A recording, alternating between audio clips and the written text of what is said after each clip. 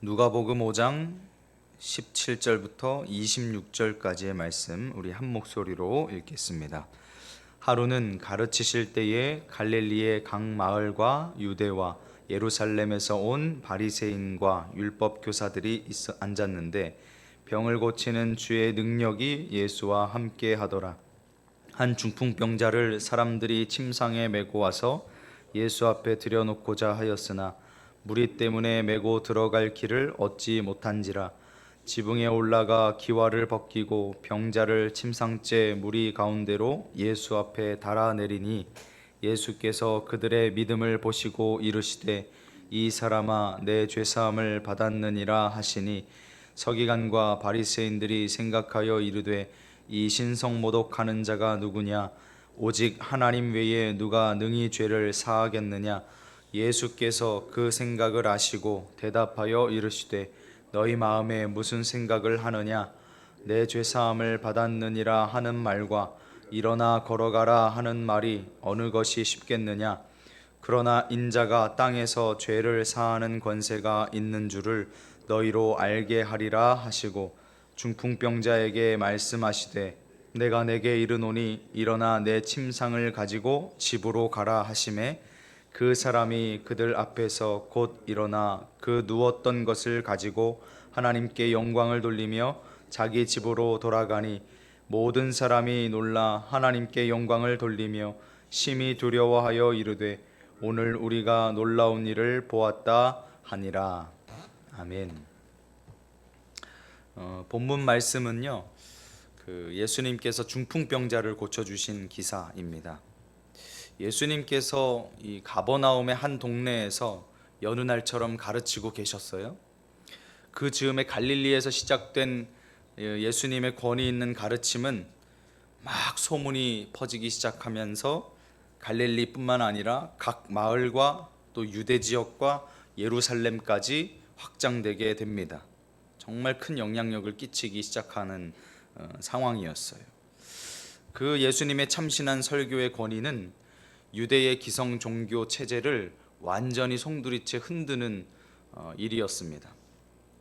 그래서 유대인들, 더 정확하게는 바리새인들, 오늘 말씀에 나오는 바리새인들, 율법학자들, 서기관들, 또 제사장들, 그러니까 하나님께 예배를 드리고 또 그걸 주관하는 일을 담당하던, 또 회당에서 하나님의 말씀을 가르치고 교육하던 이런 종교적인 권위 있는 자들에게 정말 큰 충격과 정말 큰 혼란을 주었어요.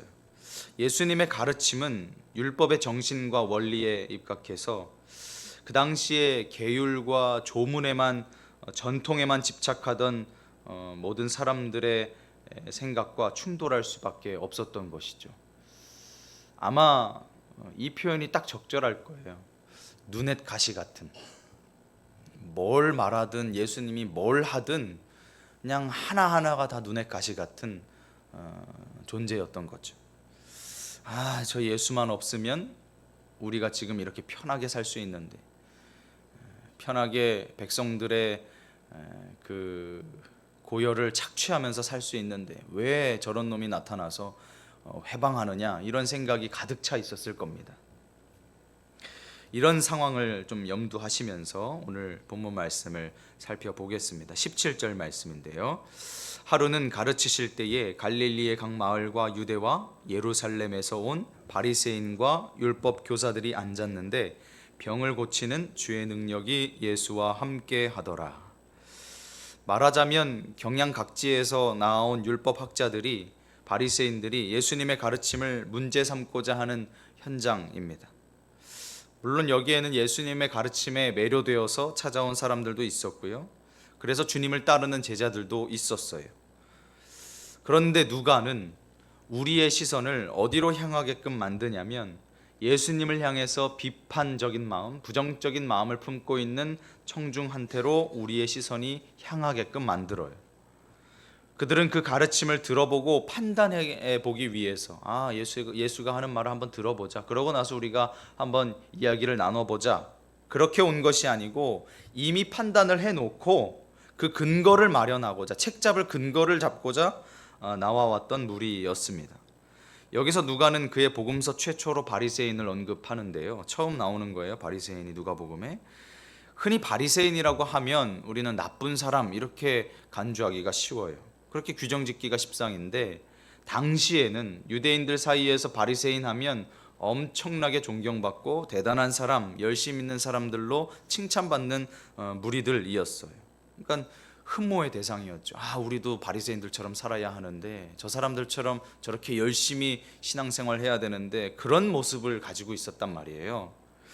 그들은 수적으로는 약 6천 명 정도, 그러니까 그렇게 큰 숫자는 아니죠. 그런데 유대 사회 안에서는 굉장히 막강한 영향력을 행사하는 무리였어요. 그러니까 종교적인 울타리를 넘어서 사회 전반에 큰 영향력을 끼칠 만큼 지대한 당시의 유대를 움직이는 실세였어요. 그런 막강한 실력자들이 지금 예수님 앞에, 예수님께서 가르치시는, 하나님의 말씀을 가르치시는 그 앞에 나타난 것입니다. 보통 설교자였으면, 만약 저 같았으면 벌벌벌 떨면서 바리새인들 들어오면 벌벌벌 떨면서 무서워서 설교 제대로 못했을 것 같은데, 주님께서는 이제야말로 내가 정말 해야 될 말들을 하기 시작해야 될 때가 왔다라고 판단을 하셨을 거예요. 정말 이 이야기들을 들어야 될 사람들이 나타난 것이죠.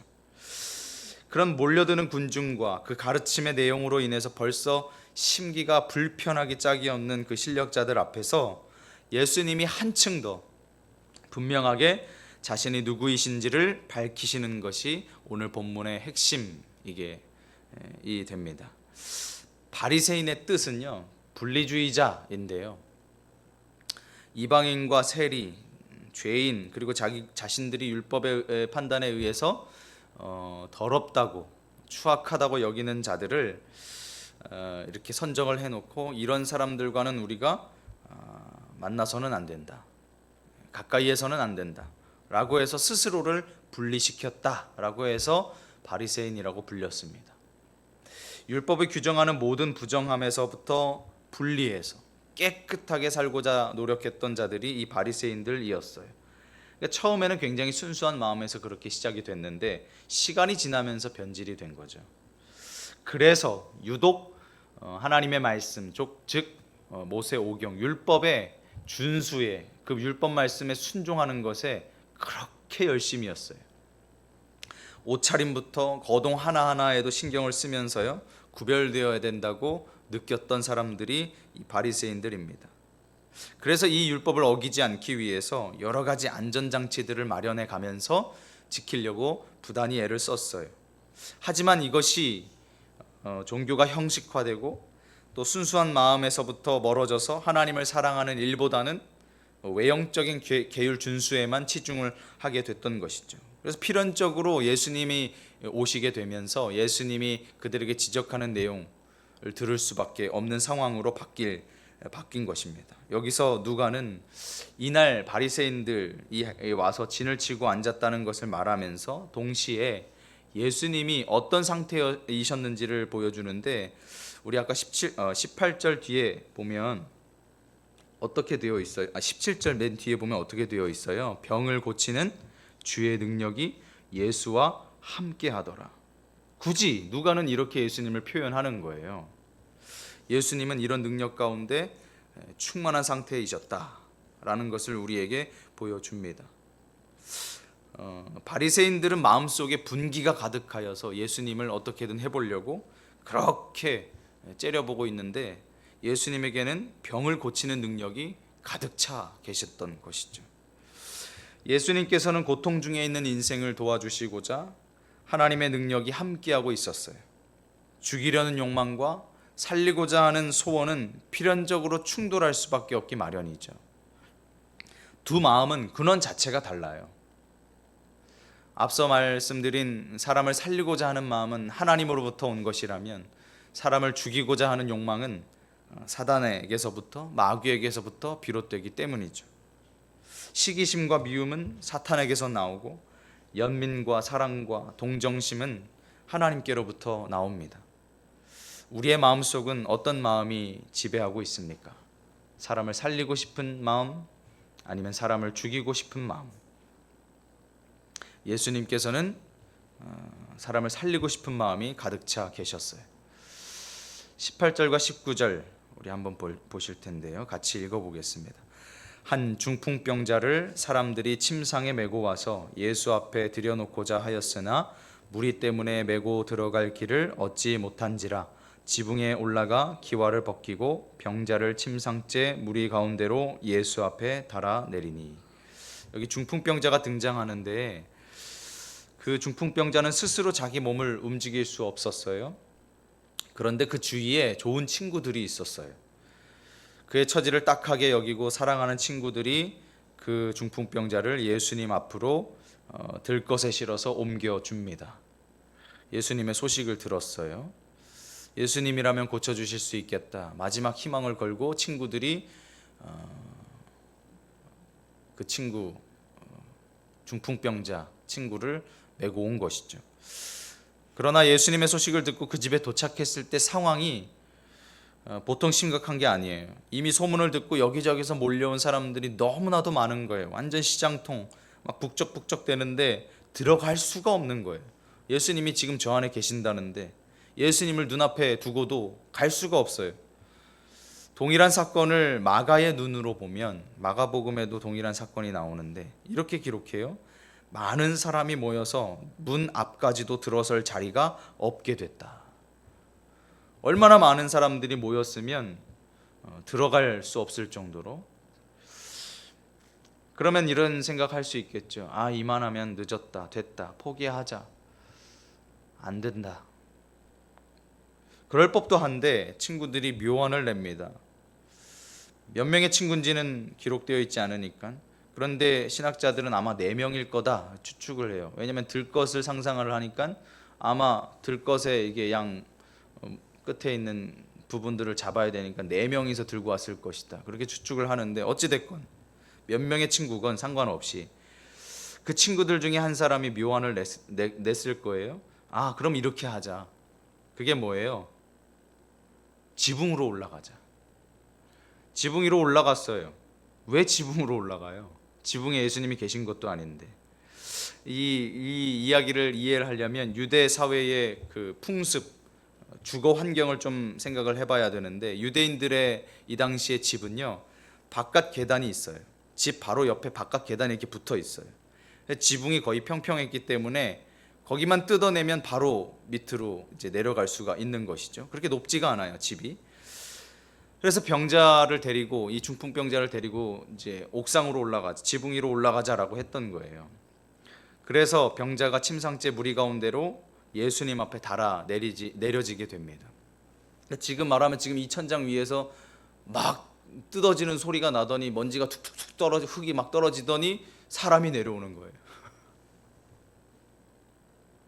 그것을 예수님이 다 지켜보고 계셨죠. 마비된 신경과 근육이 제 기능을 발휘하도록 치료를 받고 싶어하는 이 처절한 노력이 주님의 마음을 움직이게 됐어요. 세 복음서 모두, 그러니까 마태복음, 마가복음, 누가복음 모두 데려온 친구들이나 이 달아내려진 중풍병자나 예수님을 향해서 말을 통해서 말을 가지고 어떻게 해달라 요청하는 기록이 없어요. 중풍병자 당사자도 그 주변에 같이 데려왔던 친구들도 예수님 고쳐주세요, 뭐 예수님 낫게 해주세요, 치료해주세요 이런 말이 없어요. 그냥 이 현상만 기록해요. 그들의 이 필사적인 행동이야말로 간절한 요청인 것을 예수님은 알고 계신 거죠. 이 행동 자체가 이미 간절함을 표현하고 있는 거예요. 그걸 바로 알아채시고는 예수님께서 20절에 이렇게 말씀하십니다. 같이 읽어보겠습니다. 예수께서 그들의 믿음을 보시고 이르시되 이 사람아 내 죄 사함을 받았느니라 하시니. 주님의 입술에서 이 선언이 나오게 만들었던 결정적인 이유는 중풍병자를 비롯한 도와준 사람들의 믿음이었어요. 예수님이 믿음을 보셨다. 이 행동 자체를, 이 행위 자체를 예수님이 믿음이라고 평가하세요. 이 믿음을 보시고 예수님께서는 뭘 해주시냐면 죄 사함을 선언하세요. 병을 먼저 고쳐주시면 좋겠는데 병 고침이 우선이 아니라 죄 사함을 선포하셨어요. 예수님께서는 하나님이시기 때문에 그 사람들의 마음속의 흐름을 읽고 계시죠. 또한 중풍병자의 문제의 근원이 이 병이 아니라 가장 먼저 근원이 되는 죄를 없이 해주셔야 된다는 것도 알고 계시는 거예요. 이 말없는 이 처절한 호소를 들으시고 주님께서 응답하셨어요. 무엇보다 예수님은 병고침이 아니라 죄사함을 선포하셨죠. 사람들은 늘 겉으로 드러난 것을 주목하지만, 그래서 그것을 먼저 해결해 주려고 하지만, 예수님께서는 병의 원인이 되는 이 죄를 먼저 제거해 주시는 거예요. 주님께서는 항상 우리가 구하는 정도에만 그치지 않으시고 우리가 구하는 것 이상으로 응답해 주시는 하나님이신 줄 믿습니다. 그래서 우리가 그런 찬양도 고백을 하고, 또 성경에도 기록이 나와 있는데, 우리가 구하는 것에 넘치도록 하나님께서 풍성하게 부어주신다는 것을 신뢰하실 수 있기를 바라요. 그 사람들은 그저 병이나 고침받으러 가지, 이 친구 불쌍하니까 우리가 도와주자 하는 마음으로 왔을 거예요. 이 중풍병자도 친구들이 이렇게 메고 가는 그 와중에서도 침상째에 이렇게 누워있는 상태에서 그런 생각했겠죠. 그래, 뭐 고쳐지면 고맙고 안 고쳐지면 내가 그동안 그렇게 살아왔는데 뭐, 그런 상태였을 거예요. 큰 기대 없었을 거예요. 그런데 예수님께서 그를 고쳐주시고 그 친구들의 믿음을 칭찬하셨던 거죠. 그러면서 죄도 사해지는 은혜가 임하게 됩니다. 그런데 안타깝게도 이 찾아온 사람들을 향해서 예수님께서 죄사함을 선언하실 때 마음이 불편한 사람들이 있었네요. 막 불만을 갖기 시작하는 거예요. 하나님의 역사가 나타나는 그 자리에 거역하는 사람들이 있었습니다. 예수님의 그 죄사함의 권세가 선포되는 그 순간에 술렁술렁하는 사람들이 있었어요. 21절 말씀인데요, 한번 같이 보겠습니다. 서기관과 바리새인들이 생각하여 이르되 이 신성 모독하는 자가 누구냐? 오직 하나님 외에 누가 능히 죄를 사하겠느냐? 서기관과 바리새인들은 역시 율법의 대가들답게 내 죄사함을 받았느니라, 이 말의 의미를 바로 알아채는 거예요. 죄사함은 하나님만 하실 수 있는 거야. 네가 뭔데? 네가 뭔데 죄사함을 언급하고 있어? 라는 얘기예요. 하나님의 말씀을 너무 잘 아는 것이 때로는 위험하기도 해요. 이처럼 그걸 가지고 사람을 죽이는 일에 사용할 수 있거든요. 바리새인들처럼. 오직 하나님 외에 누가 능히 죄를 사하겠느냐? 이 말은 옳은 말이에요. 틀린 말 아니죠. 하나님만이 하실 수 있어요. 그런데 그 죄사함을 선포하신 예수님이야말로 하나님이시라는 것을 그들은 깨닫지를 못하는 거예요.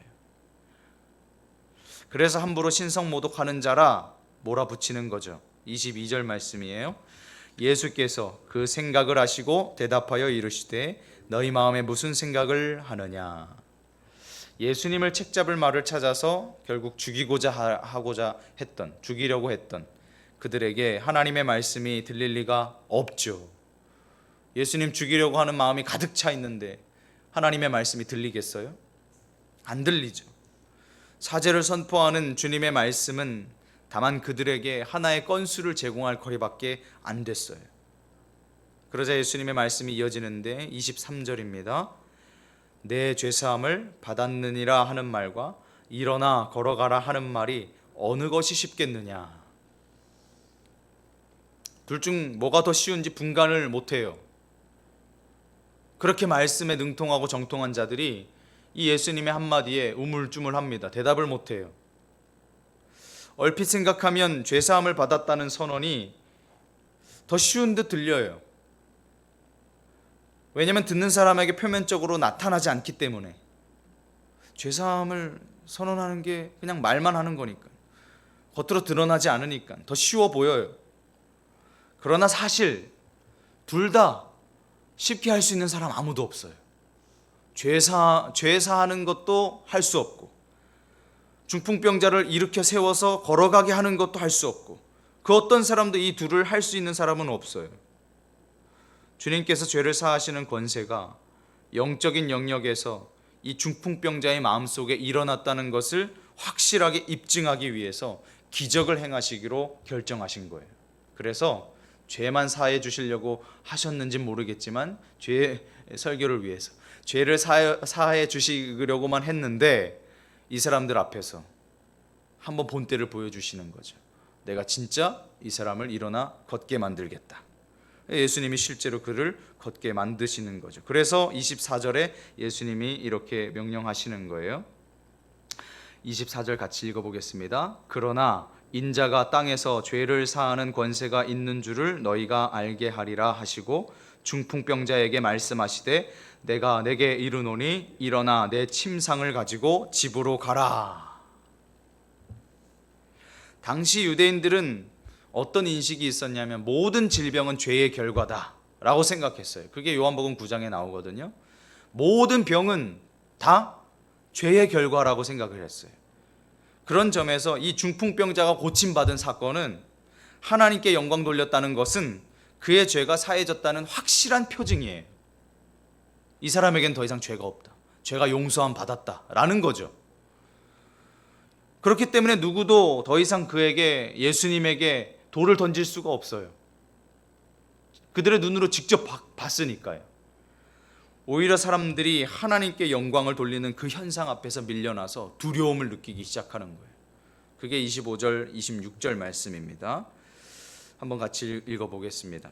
그 사람이 그들 앞에서 곧 일어나 그 누웠던 것을 가지고 하나님께 영광을 돌리며 자기 집으로 돌아가니 모든 사람이 놀라 하나님께 영광을 돌리며 심히 두려워하여 이르되 오늘 우리가 놀라운 일을 보았다 하니라.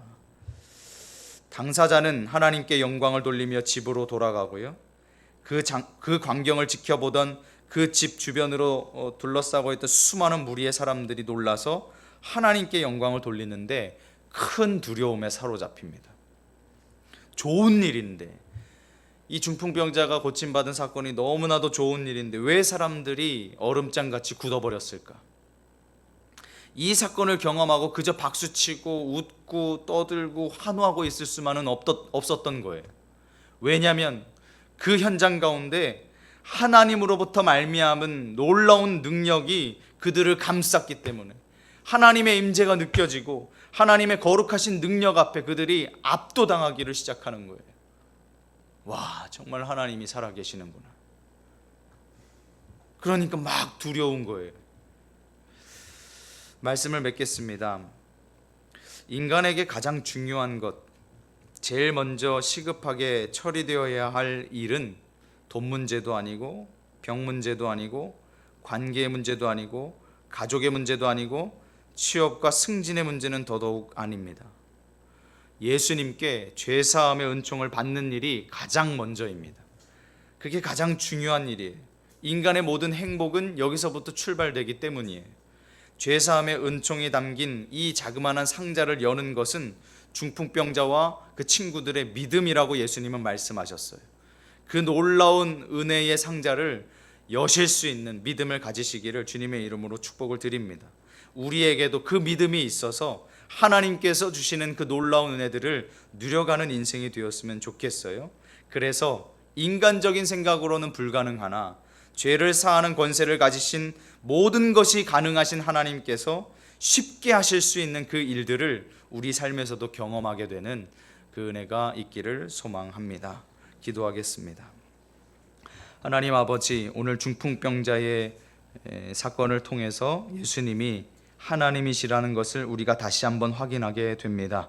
우리의 삶에도 예수님이 하나님이 되심을 경험하는 사건들이 매일같이 일어나게 해주시고, 하나님 그 안에서 우리에게 요구하시는 것, 믿음, 하나님을 믿는 그 믿음이 우리 안에 강하게 자리 잡을 수 있도록 은혜를 더하여 주옵소서. 그래서 하나님께서 우리에게 베풀고자 하시는 모든 은혜를 경험하는 우리들의 귀한 삶이 될 수 있도록 역사하여 주옵소서. 오늘도 감사 예물 드리는 손길이 있습니다. 기억하여 주시고 하나님 그 마음을 주님께서 받아주시며 하나님의 놀라운 은혜로 함께하여 주옵소서. 예수님의 이름으로 기도드립니다. 아멘.